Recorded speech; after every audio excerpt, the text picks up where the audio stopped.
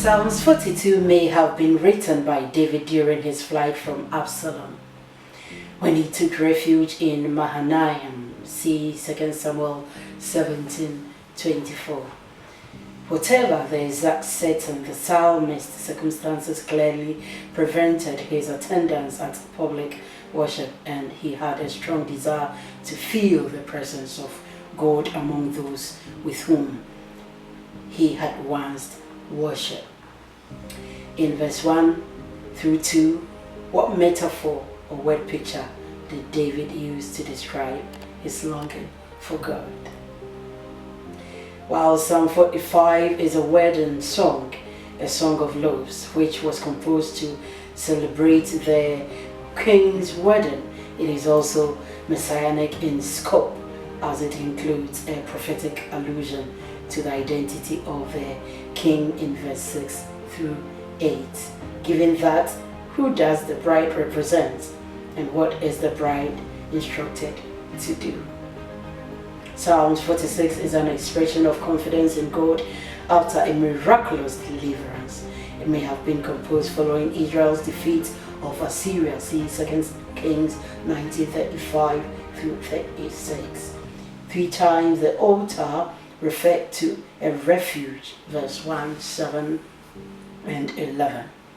We may never face a great invading army, but we may well face life circumstances that cause us to long for a place of refuge.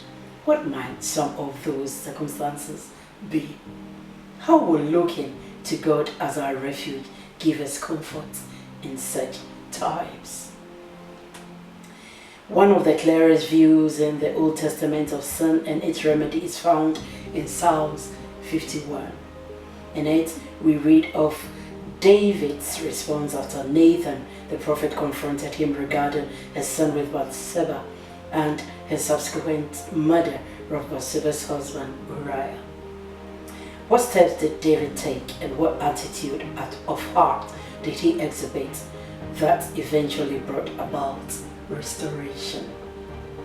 David wrote Psalm 55, a psalm of lament, during the time when his son Absalom was attempting to take his throne.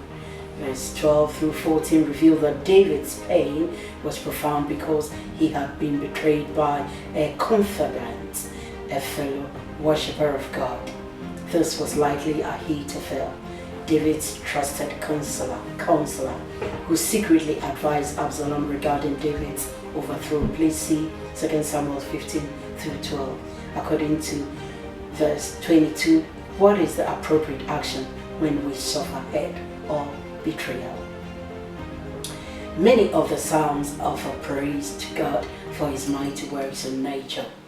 That is true of Psalms 65, a composition of David addressed to the chief musician. This song was probably sung during harvest time. Looking at verse 6 through 13, in what specific aspect of nature did God reveal his awesome power? The short hymn of praise found in Psalm 67 is separated into 3 parts by the refrain, quote, "Let all the people praise him," unquote.